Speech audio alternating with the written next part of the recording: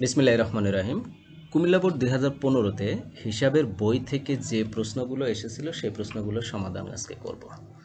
ঠিক আছে, তো প্রথমে দেখো 3 নম্বর প্রশ্নে যে প্রশ্নটা এসেছিল সেটা আমরা দেখব।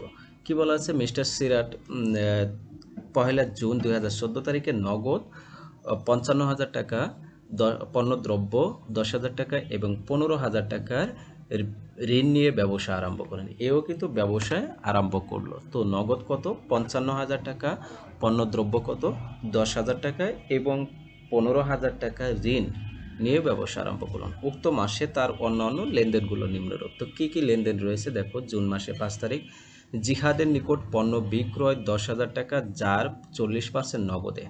আচ্ছা, 10,000 টাকা 40% নগদে, আর বাকি 60% কি বাকিতে। বুঝতে পারছো? এরপর জুনের 15 তারিখ বলা আছে 3 মাসে ভাড়া প্রদান করা হয়েছে 12,000 টাকা। ওকে, 3 মাসে ভাড়া প্রদান করছো 12,000 টাকা, অগ্রিম ভাড়া হিসেবে দিতে হবে, কারণ তুমি এই মাসে হিসাব করতেছো আর সামনের আরও 2 মাসে ভাড়া দিয়ে দিছো। তো ধারে বিক্রয়ের 10% অনাদায়ী দেনা ধার্য করো। তো ধারে বিক্রয় করেছি কত, 60%। ওই 60% কত টাকা হবে, যে টাকা হবে তার আবার 10% অনাদায়ী দেনা ধার্য করতে হবে। ওকে, এরপর 25 তারিখ বলা আছে সরঞ্জাম ক্রয় 3,000 টাকা। ঠিক আছে, তারপর 30 তারিখ বলা হচ্ছে চেকের মাধ্যমে বেতন পরিশোধ করা হলো 3,000 টাকা। এখন ক নম্বর প্রশ্ন বলছে মিস্টার সিরাত এর প্রারম্ভিক মূলধনের পরিমাণ কত। তো প্রারম্ভিক মূলধন দেখো, যে দায় ব্যতীত যে সম্পদ বা যে ব্যবহৃত জিনিসগুলো নিয়ে ব্যবসা শুরু করে সেগুলো সম্পদ, এ প্রারম্ভিক মূলধন। তো নগদ 55,000 টাকা আর পণ্যদ্রব্য 10,000 টাকা, এটা নিয়ে ব্যবসা শুরু করছে। তো নগদ আর পণ্যদ্রব্য আসবে। তো 55,000 আর 10,000 যোগ করলে কত হলো, 65,000। তাইলে প্রারম্ভিক মূলধন কিন্তু 65,000 টাকা। খ নম্বর প্রশ্ন বলেছে জুন 5, 15, 20 ও 25 তারিখে লেনদেনগুলো জাবেদা দাখিলা দেখাও। তো 5 তারিখে কি লেনদেন বলেছে, জিহাদের নিকট পণ্য বিক্রয়, যার 40% নগদে। তো 10,000 টাকা 40% কত হবে, 4,000 টাকা। তো 4,000 টাকা নগদ পেয়েছো, আর বাকি 60% থাকলো বাকিতে। তাইলে 10,000 টাকার 60% কত হবে, 6,000 টাকা। তো 6,000 টাকা প্রাপ্য হিসাব হবে। তো এটা জাবেদা হবে নগদান হিসাব ডেবিট, প্রাপ্য হিসাব 6,000 টাকা ক্রেডিট, বিক্রয় হিসাব নগদান হিসাব ডেবিট, প্রাপ্য হিসাব ডেবিট, বিক্রয় হিসাব ক্রেডিট 10,000 টাকা। ওকে, এরপর তারপরে 15 তারিখে বলা আছে 3 মাসে ভাড়া প্রদান করা হয়েছে 12,000 টাকা। তাইলে অগ্রিম ভাড়া হবে। এটা কি হবে, অগ্রিম ভাড়া। তো অগ্রিম ভাড়া একটা সম্পদ, চলতি সম্পদ। তো সম্পদ কি হয়, ডেবিট হয়, আর নগদ টাকা চলে গেছে ক্রেডিট। তাহলে অগ্রিম ভাড়া হিসাব ডেবিট, নগদান হিসাব ক্রেডিট 12,000 টাকা। ওকে, বসাই দিয়েছে। এরপর 20 তারিখেরটা কি বলেছে দেখো, ধারে বিক্রয়ের 10% অনাদায়ী পাওনা সঞ্চিত দিতে হবে। তো ধারে বিক্রয় আমাদের কত টাকা আসলো, এই যে এখানে 60% কত, 6,000 টাকা, তাই না? এই 6,000 টাকা 10% অনাদায়ী পাওনা। তো অনাদায়ী পাওনা হলো কোম্পানির জন্য বা তোমার প্রতিষ্ঠানের জন্য ব্যয়। অনাদায়ী পাওনাটা কি জানো, যে যে টাকাটা প্রাপ্য হিসাব বা দেনাদারের মধ্যে আদায় হওয়ার সম্ভাবনা নেই বা আদায় হবে না। ঠিক আছে, তাহলে তো এটা লসে পড়ে গেল না, তো এটা ব্যয়। তো অনাদায়ী পাওনা হিসাব কি হবে, ডেবিট হবে। আর অনাদায়ী পাওনাটা কার সাথে সংশ্লিষ্ট, এটা প্রাপ্য হিসাবের সাথে সংশ্লিষ্ট। প্রাপ্য হিসাব কমে যায়, প্রাপ্য হিসাব যেহেতু সম্পদ কমে গেলে কি হয়, ক্রেডিট হয়ে যায়, তাহলে প্রাপ্য হিসাব ক্রেডিট হবে। তো অনাদায়ী পাওনা হিসাব ডেবিট, প্রাপ্য হিসাব ক্রেডিট। টাকা কত হবে, 6,000 টাকা 10% কত, 600 টাকা। ওকে, এরপর 25 তারিখে বলা আছে কি, সরঞ্জাম ক্রয়। সরঞ্জাম স্থায়ী সম্পদ ক্রয় করলে ক্রয় হিসাব দেওয়া যাবে না, তখন কি দিতে হবে, ওই স্থায়ী সম্পদের নামে দিতে হবে। তো সরঞ্জাম হিসাব ডেবিট, নগদান হিসাব ক্রেডিট। ঠিক আছে, এটা খ নম্বর প্রশ্নের অ্যান্সার। এরপর গ নম্বর প্রশ্নটা বলেছে 15, 20, 25 ও 30 তারিখে লেনদেনগুলো দ্বারা হিসাব সমীকরণে কি প্রভাব পড়েছে সেগুলো দেখাও। তো 15 তারিখে কি 3 মাসে ভাড়া অগ্রিম দিয়েছো, তাহলে অগ্রিম ভাড়া একটা সম্পদ বাড়ছে, আবার নগদ 12,000 টাকা কমে গেছে। এরপর 20 তারিখেরটা বলা আছে তো অনাদায়ী পাওনা, তাহলে এটা ব্যয়, তাহলে মালিকানা সত্ত্ব কমবে 600 টাকা, আবার প্রাপ্য হিসাব 600 টাকা কমবে। এরপর 25 তারিখ সরঞ্জাম ক্রয় করছে, সরঞ্জাম একটা সম্পদ, আবার নগদ টাকা কমে যাবে, সম্পদ বাড়বে, সরঞ্জাম বাড়বে, নগদ টাকা কমে যাবে। চেকের মাধ্যমে বেতন পরিশোধ। তো চেক হলো ব্যাংকে টাকা কমলে কি, ব্যাংক হিসেবে একটা সম্পদ, তো ব্যাংকেও টাকা কমে গেছে, আবার মালিকানা সত্ত্বেও কমে গেছে। তো এটা কি হবে দেখো, প্রথমে 15 তারিখে 12,000 টাকা দিয়ে কি করা হয়েছে, অগ্রিম ভাড়া পরিশোধ করা হয়েছিল, তাহলে অগ্রিম ভাড়া একটা সম্পদ, তো সম্পদ বেড়ে গেছে, নগদ টাকা কমে গেছে। এরপর 20 তারিখে কি করা হয়েছে, যে অনাদায়ী পাওনা ধরা হয়েছে। তো অনাদায়ী পাওনা যেহেতু একটা ব্যয়, মালিকানার সত্ত্ব থেকে কি হবে, মাইনাস হবে, আর প্রাপ্য হিসাব থেকেও মাইনাস হয়ে যাবে। এরপরে 25 তারিখে 3000 টাকা কি করা হয়েছে, সরঞ্জাম ক্রয় করছে, তাহলে সরঞ্জামে বেড়ে গেছে 3000 টাকা আর নগদ টাকা কমে গেছে 3000 টাকা। এরপর 30 তারিখে কি করা হয়েছে যে তোমার 3000 টাকা ওই বেতন পরিশোধ করা হয়েছে চেকের মাধ্যমে, তাহলে ব্যাংক থেকে টাকা কমে গেছে আর মালিকানা সত্ত্বেও কমে গেছে। তো দেখো এইখানে আমাদের যেটা কি হবে, নগদের মাইনাস ফিগার কত আছে 15,000 টাকা, ব্যাংকের মাইনাস ফিগার কত আছে 5,000 3,000 টাকা, প্রাপ্য হিসাবের মাইনাস ফিগার কত আছে 600 টাকা, অগ্রিম ভাড়ার প্লাস ফিগার কত আছে 12,000 টাকা, সরঞ্জামে প্লাস ফিগার কত আছে 3,000 টাকা। তো আমাদের ক্যালকুলেশন করতে যে ভুলটা হয় এখানে আমরা কিন্তু ভুল করে ফেলি বা এলোমেলো বাজায় ফেলি, যে আমাদের মাথাটা উল্টাপাল্টা কাজ করে, তাই না? এই উল্টাপাল্টা কাজ থেকে দূর হওয়ার জন্য দেখো কি করতে হবে, এই যে যেটার মাইনাস ফিগার আছে তুমি ক্যালকুলেটার ওইভাবে ওটাও 15,000 আগে মাইনাস আছে, তাহলে -15,000 -3,000 -600 প্লাস 12,000 প্লাস 3,000 দাও, দিয়ে ক্যালকুলেটারে ইকুয়াল বাটন চাপো, চাপলে -3600 টাকা আসবে। তুমি এখানে -3600 টাকা লিখে দাও। এরপরে মালিকানা সত্ত্বে তো -3600 টাকাই আছে, তো মিলে গেছে দুই পাশ, ঠিক আছে। তো এই ছিল 3 নাম্বার অঙ্কের অ্যান্সার।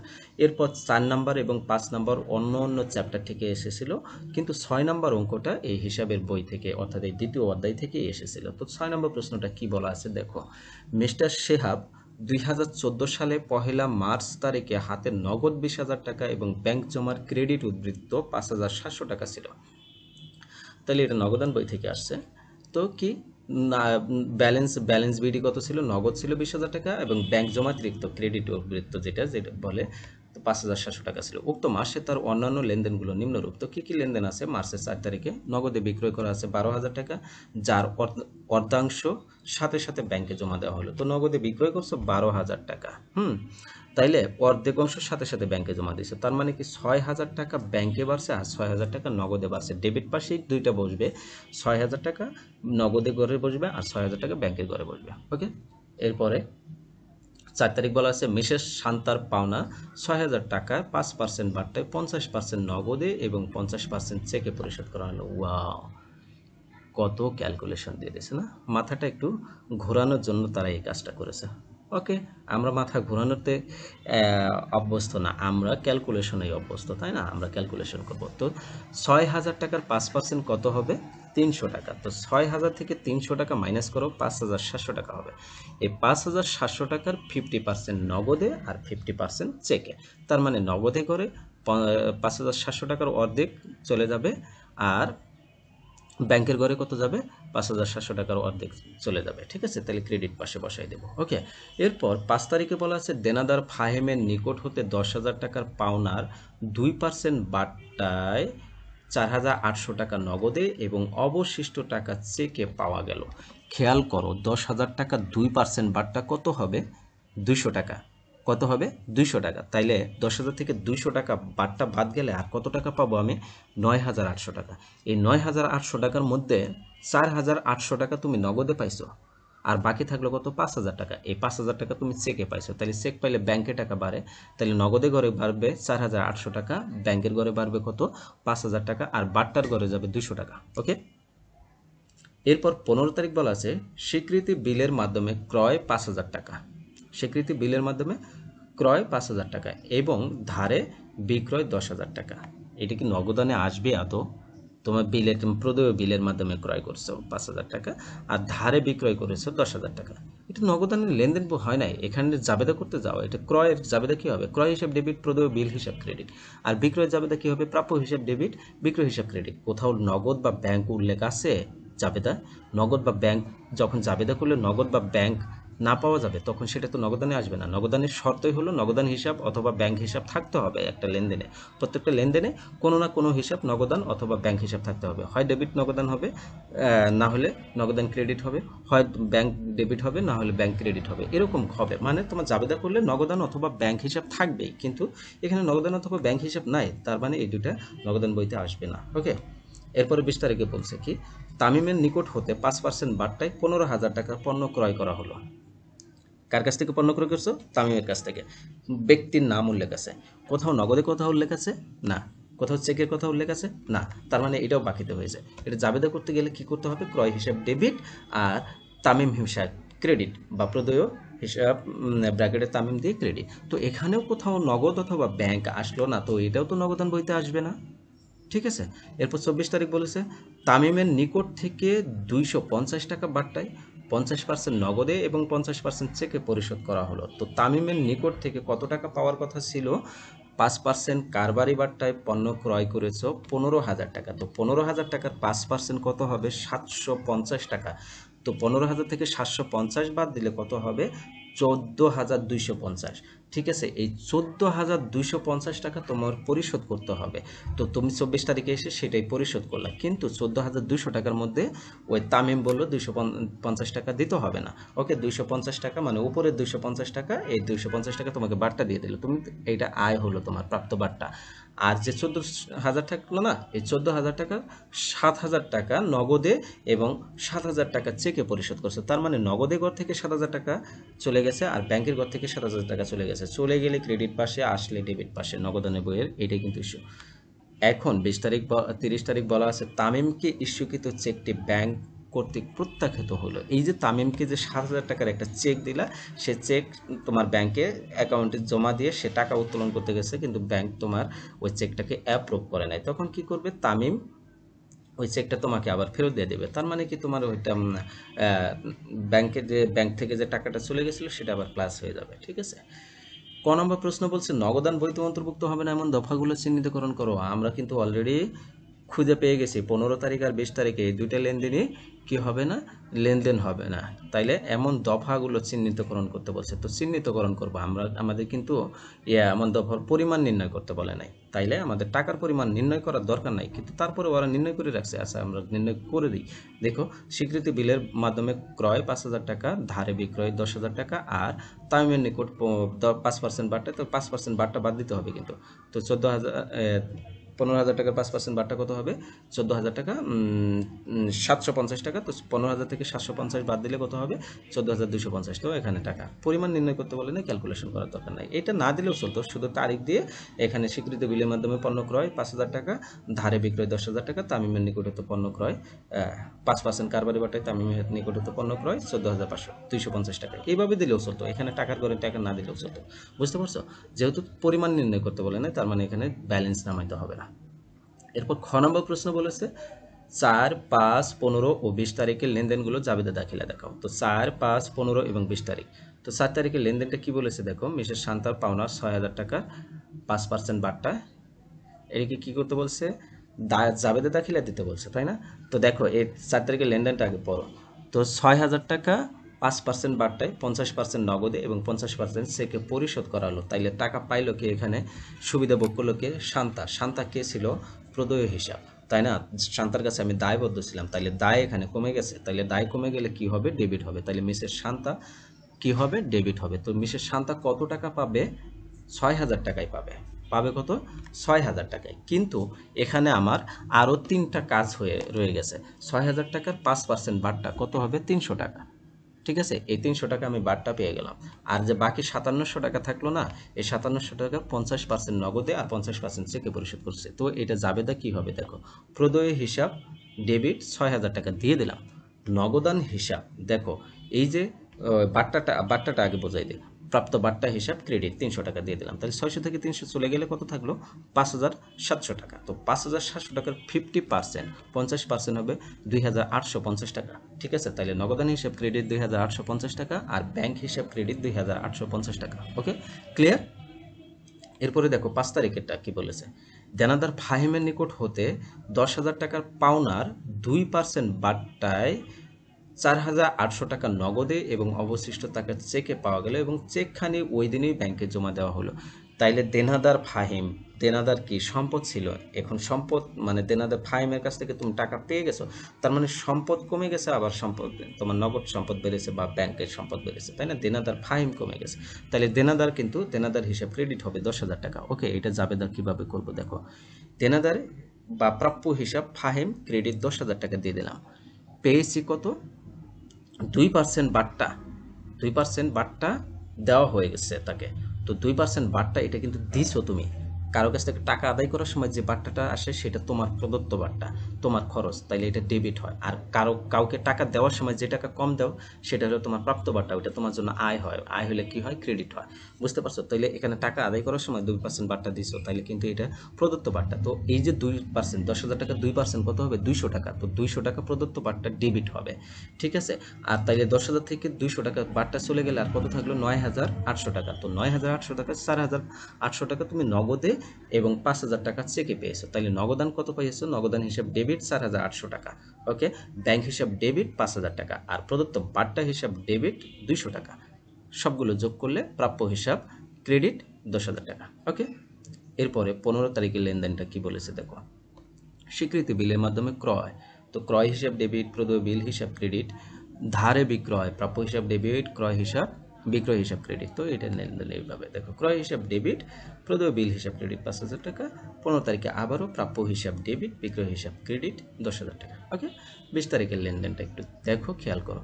তামিমের নিকট হতে 5% বার্তায় 15,000 টাকার পণ্য ক্রয় করছে। তো 5% বার্তা, 15,000 টাকার 5% বার্তা কত হবে? 750 টাকা। তো 15,000 থেকে 750 টাকা মাইনাস করে দিতে হবে, কারবারি বার্তা তো হিসাব দেওয়া যাবে না, ঠিক আছে। তাহলে ক্রয় হিসাব ডেবিট, 15,000 থেকে 750 মাইনাস করলে কত হবে? 14,250। তো 14,250 হবে। আর প্রদেয় হিসাব ব্র্যাকেটে তামিম লিখে দেবো 14,250, ওকে। এইটা ছিল খ নম্বর প্রশ্নের অ্যান্সার। ক নম্বর প্রশ্নটা কি বলেছে আমরা একটু দেখে নিই। একখানি 3 গড়া নগদান বহি তৈরি কর।